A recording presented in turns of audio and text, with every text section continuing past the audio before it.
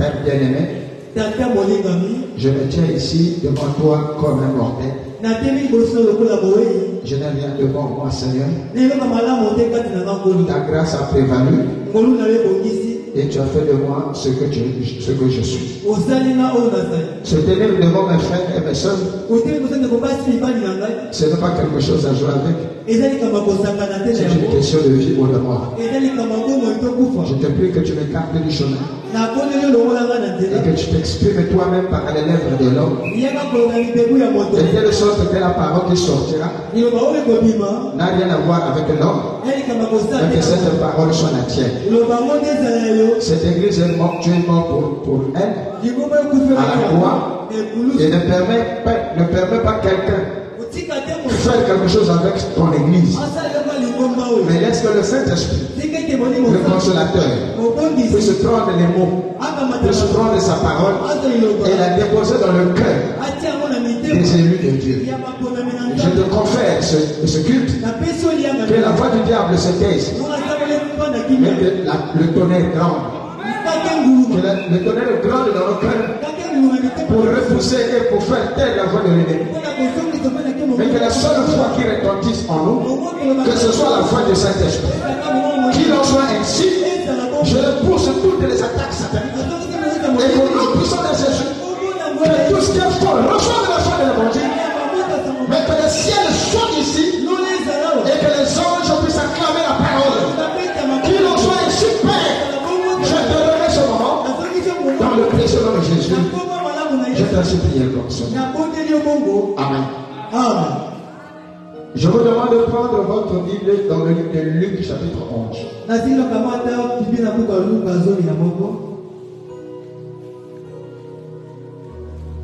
Verset 24.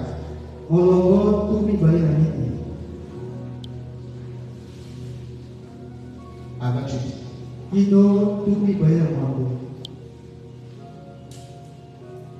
Lorsque l'esprit impur est sorti d'un homme,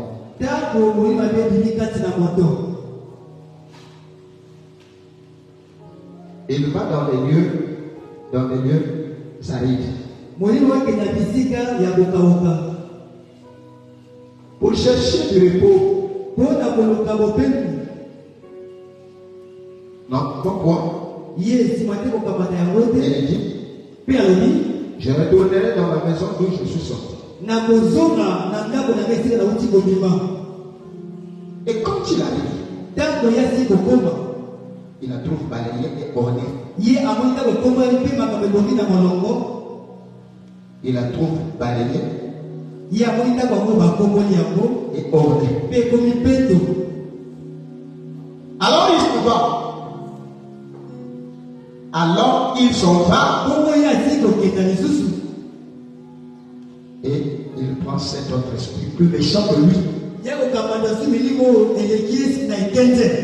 Il entre dans la maison, s'y établissent, et la dernière condition de cet homme est pire que la première. Amen.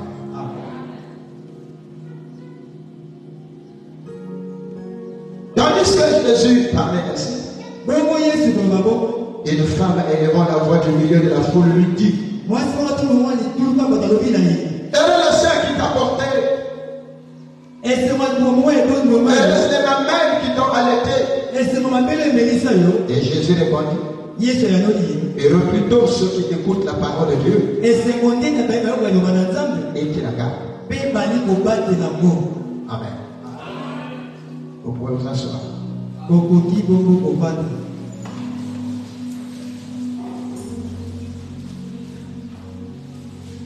Cela m'était venu quand un jour j'étais en train de chercher et j'ai trouvé ce message ici. J'ai donné le titre et je suis tombé sur Luc chapitre 11 que nous venons de donner.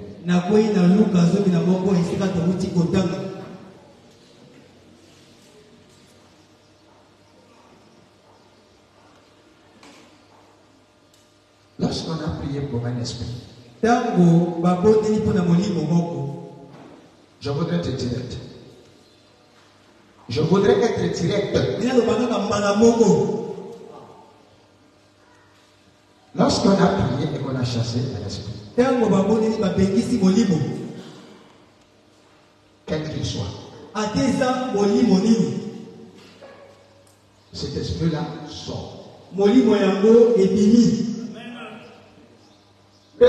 L'esprit qui sort là, tu as effacé ça. L'esprit qui sort n'est pas mort. Jésus n'a jamais dit, et vous ne trouverez jamais cela dans les Écritures, allez tuer les démons. Tu ne trouveras ça ni dans l'Ancien Testament ni dans le Nouveau. Non, les démons seront tués à la fin. Celui qui va les anéantir, les détruire, c'est Jésus. Mais pour le moment, Dieu nous a recommandé de les chasser. Et personne ne peut tuer un démon. Personne n'en a les capacités. Mais toute personne a les capacités de les chasser. Alors ce qui m'a marqué, c'est le fait que lorsqu'un esprit est chassé, Jésus dit que cet esprit-là s'en va. Mais il devait l'écouter. Pour voir qu'est-ce que cette maison est devenue. Jésus parle très bien, il dit, lorsque cet esprit revient et constate et voit que cette maison a été balayée et ornée. Remarquez que Jésus a dit cette maison, il a dit qu'il n'a pas d'habitants. Cette maison n'est pas occupée. Mais elle a été seulement balayée et ornée. C'est une personne. C'est que cette personne-là a été balayée. Il a été sanctifié. Mais cette maison-là n'a pas d'occupant.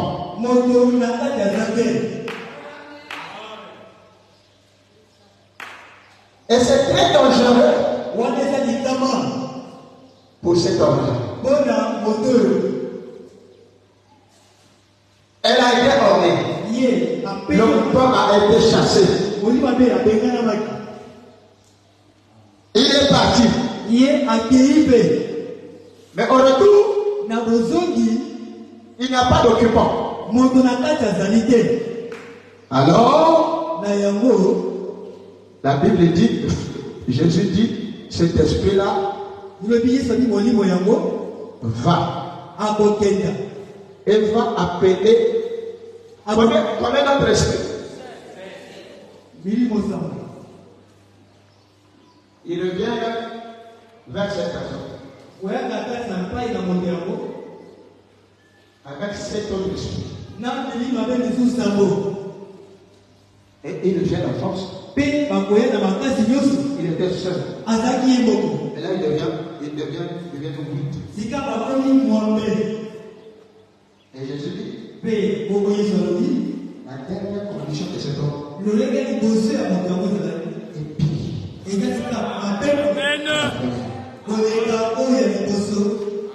Ce message, c'est pour vous. Vous en avez remarqué qu'il y a des gens qui, aujourd'hui, qui sont devenus pires. Et les païens. Et je veux dire pour moi, lorsqu'une chose arrive et que le diable commence à rentrer, il commence par une petite chose,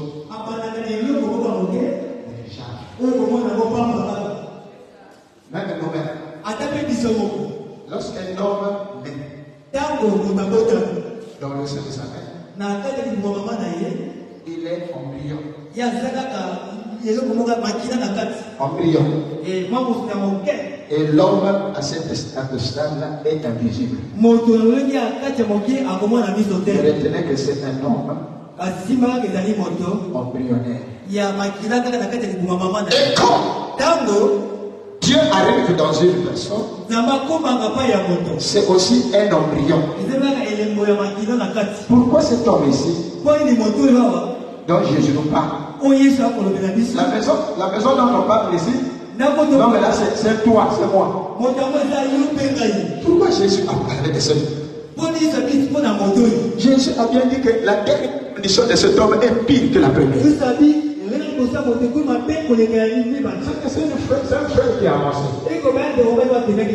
Et Dieu l'a félicité de ce qu'il avait quitté. Tout ce qu'il a fait, tout ce qu'il pouvait faire. Sauf qu'il est arrivé au stade où il est demeuré vide. Or, quand un homme marie une femme, si cette femme-là ne conçoit pas, si Dieu ne fait pas grâce, ils auront des sérieux problèmes. C'est pour cela que dans le monde, quand un homme n'a pas le Saint-Esprit, il va chercher une deuxième femme. Donc, on ta vie à Jésus. Tu t'es fait baptiser. Dieu t'a purifié. Il a un but pour toi. Il faudrait que là où vivait le diable avant, il faudrait qu'il y ait un occupant qui l'installe. Il faudrait qu'il y ait un homme que Dieu installe là.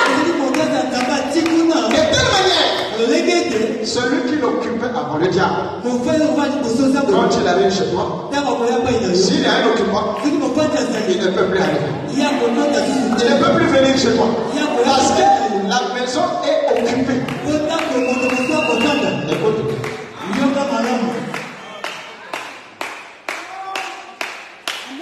Et saisis cela.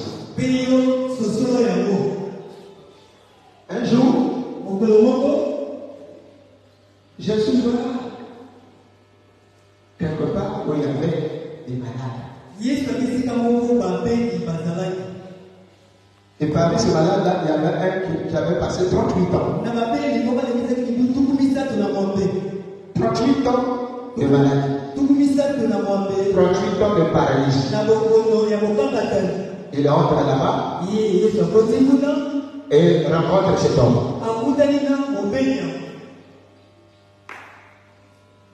Et cet homme va avoir un dialogue avec Jésus. Mais toi, pourquoi tu n'es pas guéri? Cela se passe à la piscine de Bethsaïda. Vous trouverez cette histoire dans Jean chapitre 5. Jean chapitre 5, verset 1 à 14. Il dit, mais je ne suis pas guéri parce que chaque fois que l'ange vient dans l'eau, eh bien, avant que je n'arrive dans l'eau, il y a une personne qui est tombée là-bas. Moi, je n'ai personne pour me jeter là-bas. Dès que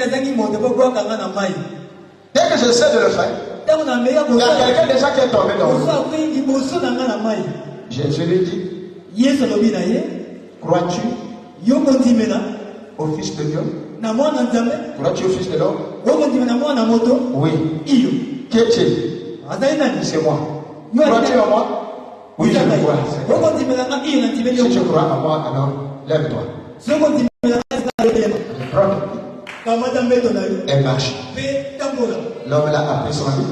Il s'est levé, il a pris son lit. Et il a marché. Beaucoup de gens ont critiqué cela. Ils ont critiqué cette guérison parce que cela se passait le jour du sabbat. Le jour du sabbat, c'est le jour de repos. C'est le jour où Israël ne faisait aucune activité.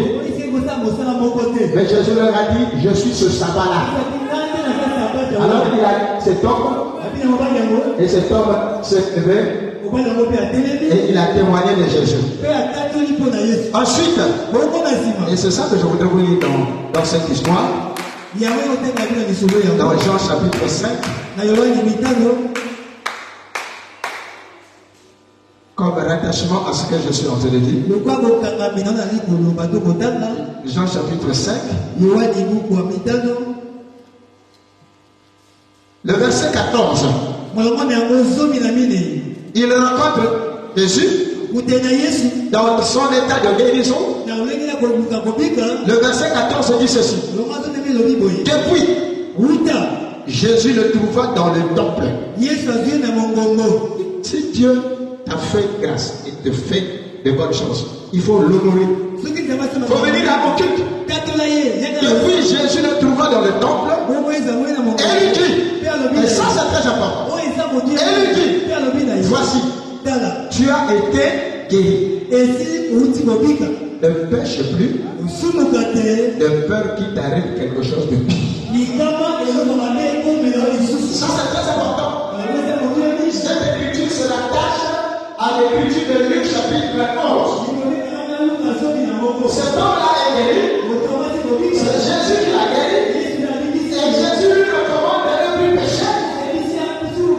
Car si le fait, le pire, c'est-à-dire au lieu de la paralysie, il y a quelque chose qui sera plus que la paralysie qui va arriver.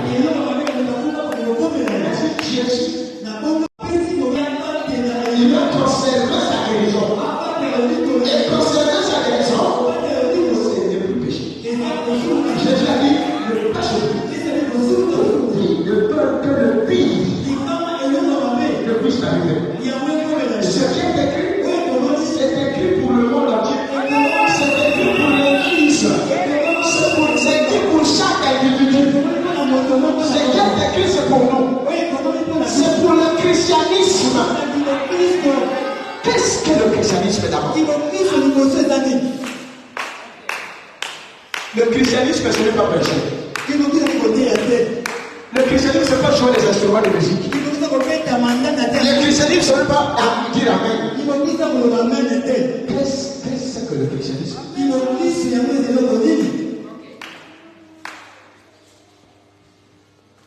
Faites ceci.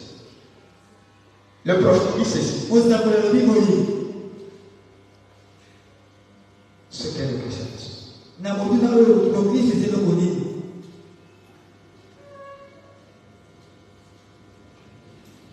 Il dit, dans question-réponse,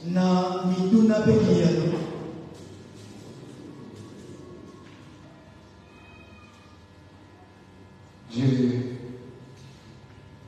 30 août. Il y a 30 août 1964 à Togo. Il dit ceci.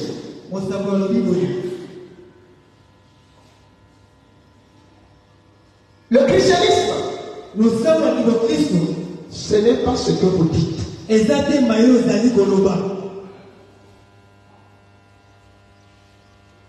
pas ce que tu dis. Ce n'est pas ce que tu chantes. Le christianisme, ce n'est pas ce que vous dites. Le christianisme, c'est ce que vous vivez.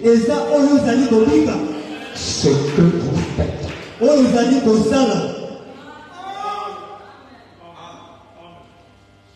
Le christianisme, c'est un exemple.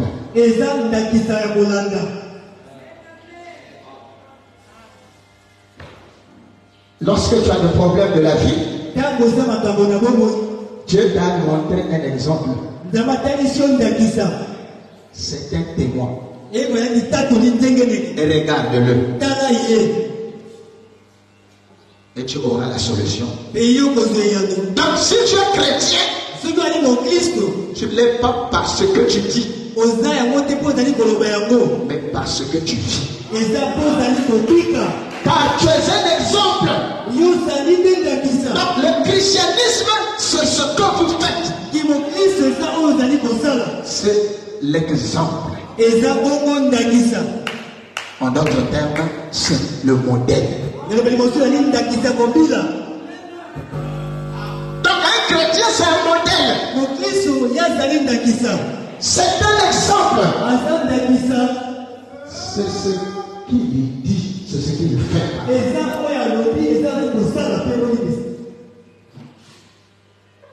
Voilà le business. Mes frères et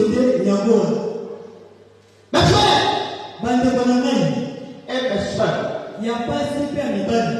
la terre attend le jugement. Mais pas l'église. L'église n'attend pas le jugement. L'église attend l'enlèvement. S'il y a un temps où l'église attend le jugement, c'est pendant que le culte se passe. Et le jugement se fait entre toi et la parole.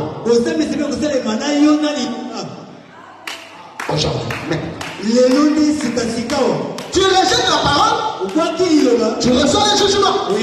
Tu acceptes la parole, tu es déjà jugé. Tu attends l'enlèvement. L'église a commencé à la Pentecôte. Amen.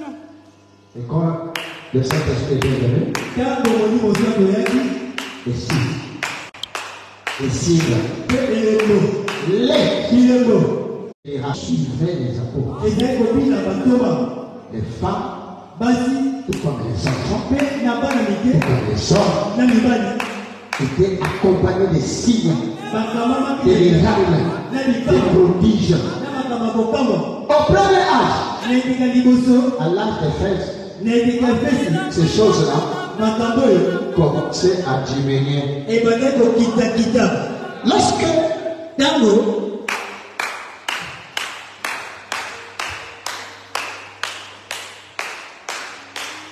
le christianisme a commencé,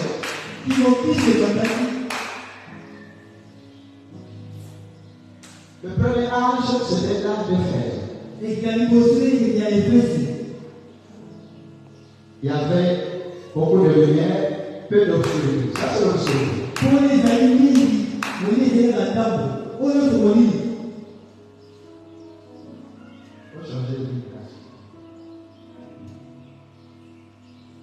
Il y avait très peu de l'obscurité, mais beaucoup de lumière. Mais au fur et à mesure que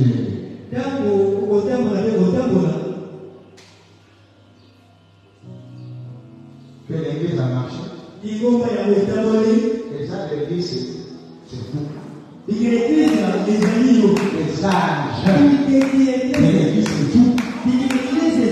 Quand on parle des âges de l'église, c'est fou.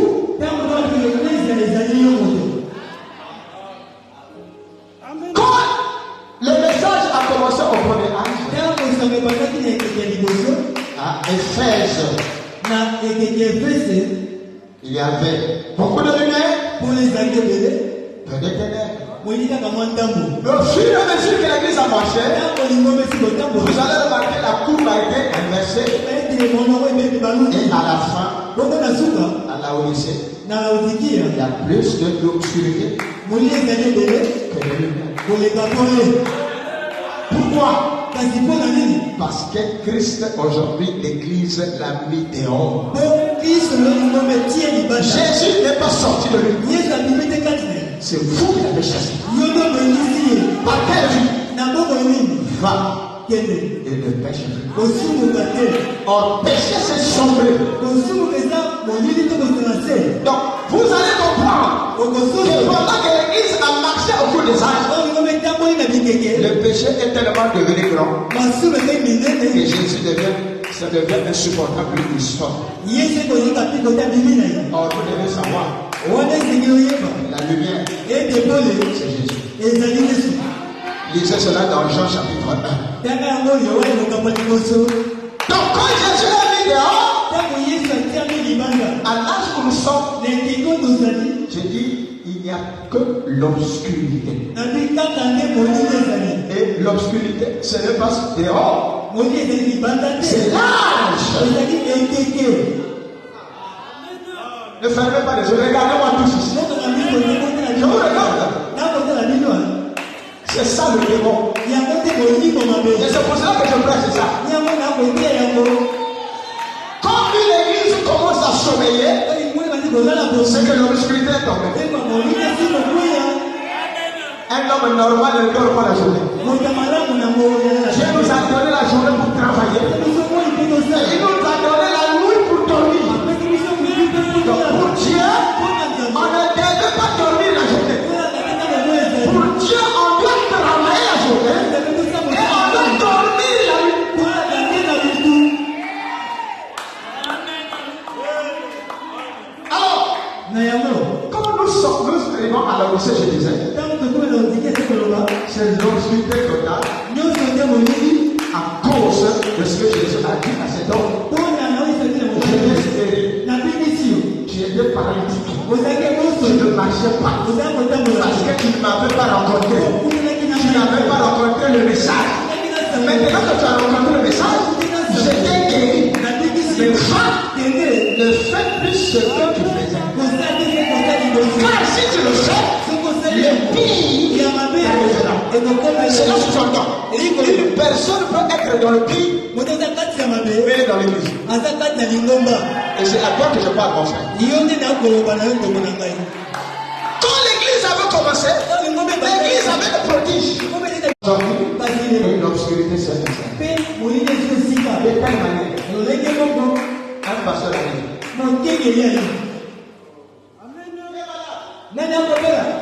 Je vais prier pour vous. Oui, le prochain a eu. Tu es malade. Tu es la même personne qui est toujours malade. Il y a quelque chose qui ne va pas. Quand Jésus a dit va, et ne passe plus. Cela signifie que c'était déjà guéri. Tu ne peux plus être malade. Quand un évangile arrive et que l'autre arrive sur la même chose, c'est qu'il y a quelque chose qui ne va pas. Tu es entré dans la Odyssée. Dans la Odyssée, c'est l'obscurité. Jésus est mis dehors et le pire arrive. Qu'est-ce que Dieu a reproché aux gens de l'Église? C'est là que l'Église commence. Dieu avait déjà vu l'Église. L'Église commençait à perdre la position qu'elle avait à la bâtiment. Et a mis en garde l'Église. Qu'est-ce que le premier acte Éphèse? Il y avait beaucoup de lumière, mais peu d'obscurité. Or, quand il y a peu d'obscurité, vous n'êtes plus dans l'éternité. Dans l'éternité, il n'y a pas de peu d'obscurité. Dans l'éternité, il n'y a que la lumière. Et la lumière foule. Mais s'il y a un peu d'obscurité, c'est que le diable est déjà. Et quand le diable entre, ne vous en faites pas. Si vous ne le chassez pas, et si vous ne le mettez pas dehors, il va occuper toute la place.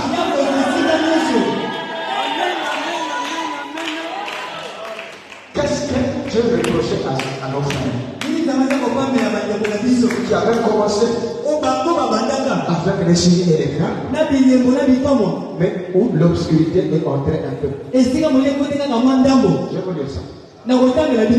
J'ai dit, il s'agit de vous et moi. Et je te demande d'examiner vis-à-vis de la lumière de la parole. Car tu ne dois pas avoir beaucoup de lumière et peu de ténèbres. Ce que Dieu veut, c'est que tu aies la lumière. Et toute la lumière. La lumière va occuper ta tête. La lumière va occuper ton cœur. La lumière va occuper tes mains. La lumière va occuper tes pieds. La lumière va occuper même tes habits. Comme toi, il n'y a pas beaucoup de lumière. Il n'y a que beaucoup de lumière et toute la lumière. Qu'est-ce que tu as reproché? Donne-moi tout ton cœur. Je ne mettrai pas là dedans la sorcellerie. Parce que je ne le suis pas. Je veux mettre là la parole de Dieu. Et au sortir d'ici, tu vas te sentir bien. Écoute. Qu'est-ce que Dieu reproche à Éphèse? Il a d'abord félicité Éphèse. Que c'était de bons frères. C'était de bonnes sœurs. Mais Dieu dit dans Apocalypse chapitre 2.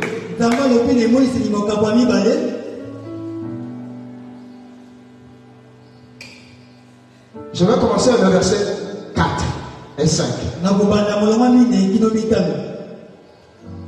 Dieu dit à cet âge-là, c'est-à-dire aux gens de cet âge, c'est-à-dire à l'église d'Éphèse, tu dis, mais ce que j'ai contre toi,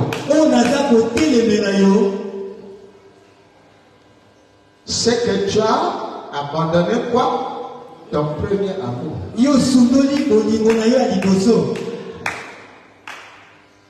Souviens-toi donc d'où tu es tombé.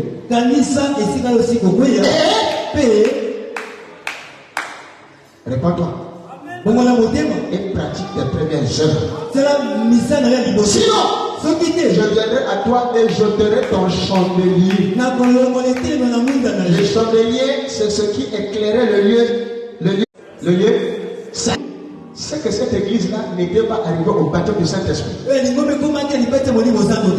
Car dans le tabernacle, il y avait 3 parties. 3 parties. La première partie, on appelait ça le pavillon extérieur ou le vendredi. Après le pavillon extérieur, il y avait le lieu saint. Où le sacrificateur entrait avec le sang du sacrifice. Il dit que dans ce lieu-là, la lumière qui éclairait là-bas, c'était la lumière du chandelier. Mais que dans le pavillon extérieur, la lumière venait du soleil. Mais il y avait un 3e lieu secret. Et là, seul le sacrificateur devait entrer là-bas. Il appelle ça le lieu très saint. Il dit que là-bas, il n'y avait pas la lumière du soleil. Il n'y avait pas la lumière du chandelier. Mais il y avait la gloire de la Shekinah. C'est-à-dire de Dieu lui-même. Et quelqu'un qui entrait là-bas ne pouvait pas ressortir tel qu'il était entré. C'est d'ailleurs là l'objet de ma prédication. Si tu veux commencer à croire le message, tu dois continuer à le croire jusqu'à te sanctifier. Mais ne t'arrête pas à la sanctification. Tu dois aller recevoir le baptême du Saint-Esprit. Afin que toute ta mauvaise vie s'en aille.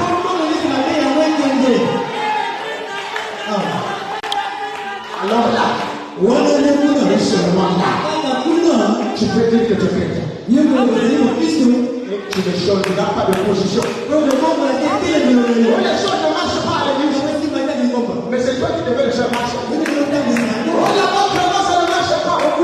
Pourquoi? Mais c'est toi qui dois le faire marcher. Dans ma famille, les choses ne marchent pas. Mais les gens de ta famille ont bien marché. Un chrétien ne lâche pas n'importe quoi. Je me souviens.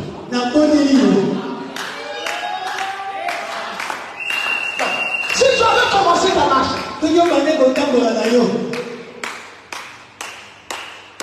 tu chantais bien. On s'en battait le continent. Tu venais à l'église à temps. Il y avait des frères qui ne venaient plus. Ne plus venir à l'église était degré dangereux. Pour une personne. Et c'est là que le diable se sent très bien. Il va te rendre pire. Qu'est-ce que je dis avant? Tu vas courir avec les femmes. Parce que tu as quitté. Si tu te mets dans la parole, la femme ne peut pas te montrer une femme venue. Même si tu vois une femme venue, ton corps ne bouge pas. Quand tu tu es dans les lettres saintes, le prophète dit quand quelqu'un entre dans les lettres saintes, les choses du monde deviennent insonorisées. Tu n'écoutes plus le diable. Tu n'entends plus le diable. Tu n'écoutes que Dieu. Tu ne vois que Dieu. Mais toi tu tombes. Tu t'es montré la femme. Tu t'es montré le mari. Parce qu'elle fait sortir. Pourquoi? Certaines personnes ne peuvent pas conserver la victoire. Quand tu as la victoire, tu dois la conserver. Car quand tu la perds, c'est difficile de la revoir.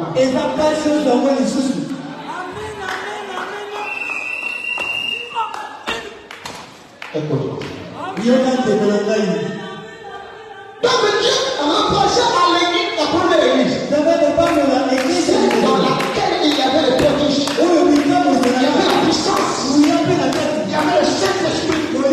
Ce que Dieu dit, ce que je te reproche, toi et tes frères, c'est que tu as abandonné ton peuple à vous. Si tu as abandonné le premier amour que Dieu t'avait donné, tu es en train de sombrer. Et Dieu t'appelle de revenir. Ne continue pas. Parce que les ténèbres deviendront de plus en plus épaisses. Dieu a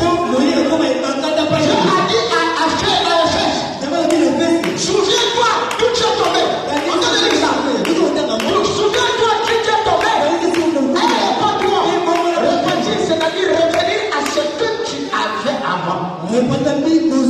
Repartir dans sa position originale. Je ne continue plus ce que j'étais en train de faire.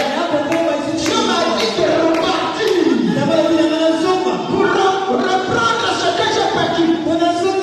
Je dis à Éphèse, reviens en arrière et recherche ce que tu as perdu le premier moment.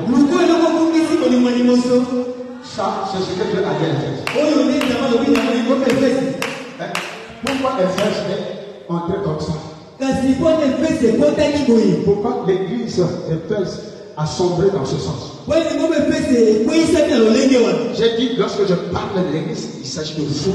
Je suis en train de te prêcher quoi? Je parle de votre en tant qu'histoire. Et cela s'applique à vous. Est-ce que le pasteur va prendre le téléphone pour dire pourquoi tu ne peux pas venir à l'église? Cela signifie que frère, tu as rétrogradé, tu as mauvais. Quelqu'un, quel qu'il soit, s'il ne vient pas à l'église, il a rétrogradé. Il a rétrogradé. C'est-à-dire qu'il est parti de la position la plus haute et il est en train d'aller vers le bas. Parce que c'est ici qu'on doit se ressourcer. J'avais dit à un frère, tu dois venir chaque jour à l'église. Tu ne sais pas ce que tu gagnes. Même inconsciemment. Ton corps bénéficie de la lumière.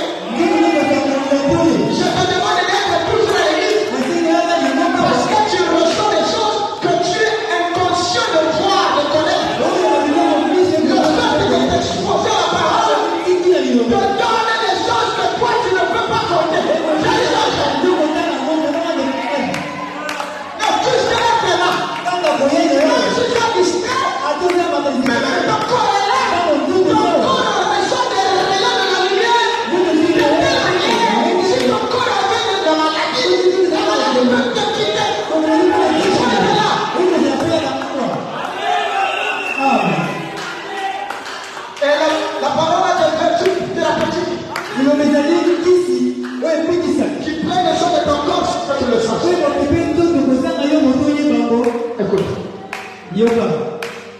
La première église a sombré.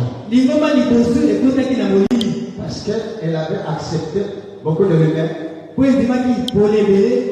peu de ténèbres.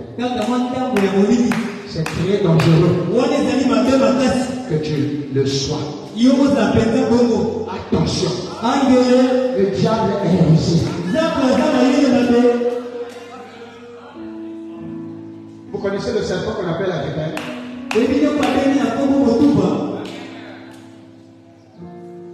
Il a un venin, elle a un venin très dangereux. Même si c'est un oiseau. Dès que la vipère a mordu même un oiseau. Même une perdrix. La vipère est consciente. Que même si la perdrix la vole, elle a mon venin. Et tôt ou tard, elle va tomber quelque part. La vipère le sait. Et elle ne va que suivre les traces de cet oiseau. Et la vipère va retrouver cet oiseau. Quand le diable te mord quelque part, il faut avoir un anti-venin.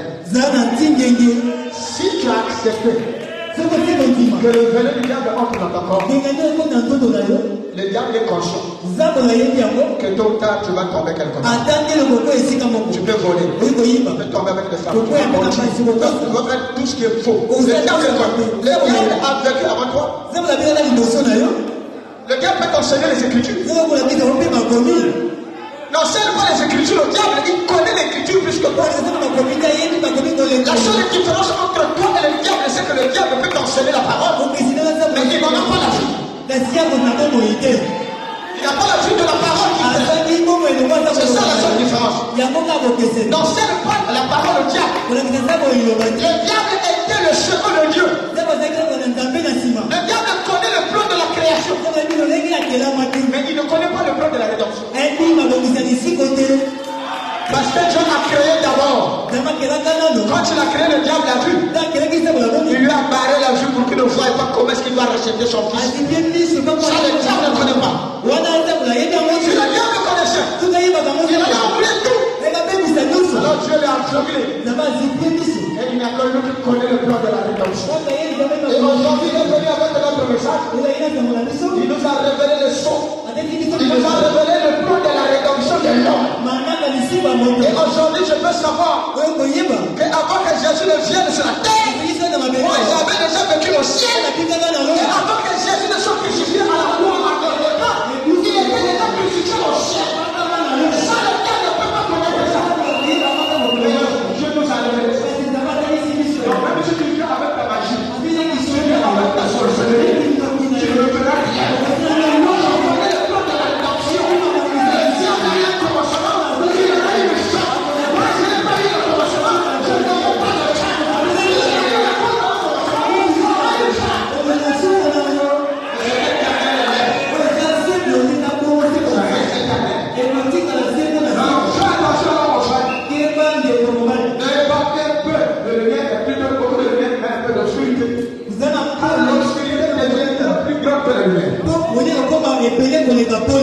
Et qu'est-ce que Éphèse a fait? Je vais lire ça quelque part. Donc, Apocalypse, nous avons lu que Dieu reproche à Éphèse. Cette église Éphèse avait abandonné son premier amour. Vous allez remarquer, fur et à mesure, des âges vont défiler.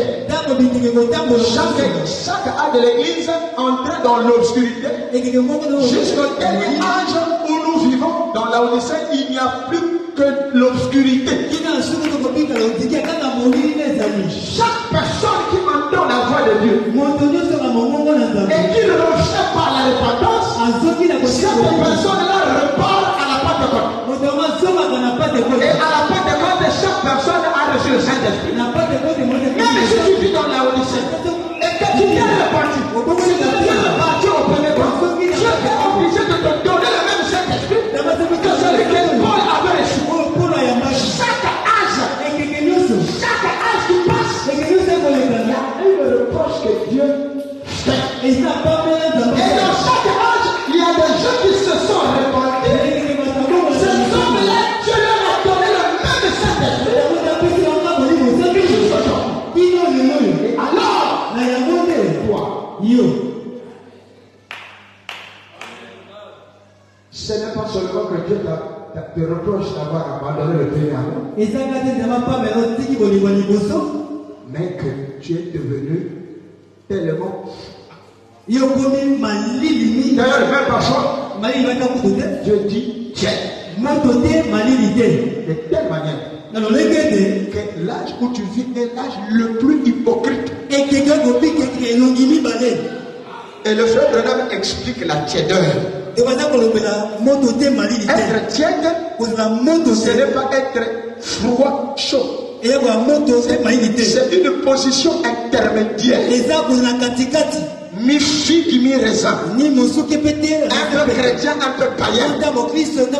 Ça, c'est l'hypocrite. Mais Dieu ne nous demande pas d'être tiède. Il dit que si tu es froid, je te fais la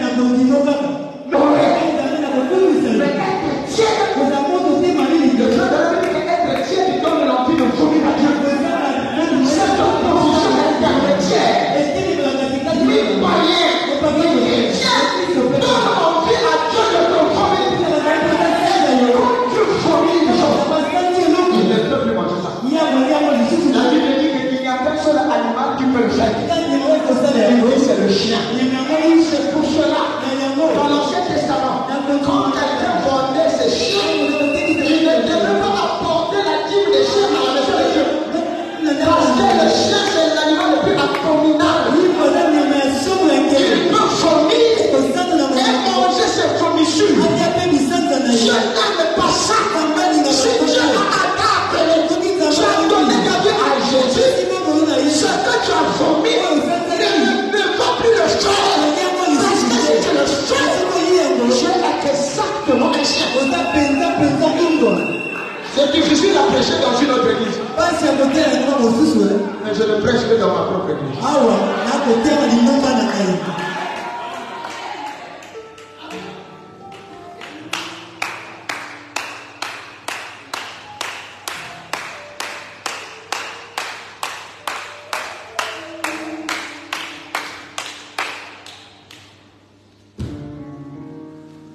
Au dernier âge,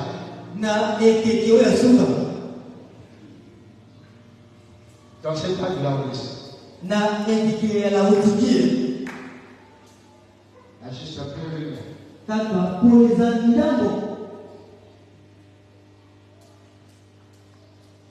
beaucoup de choses.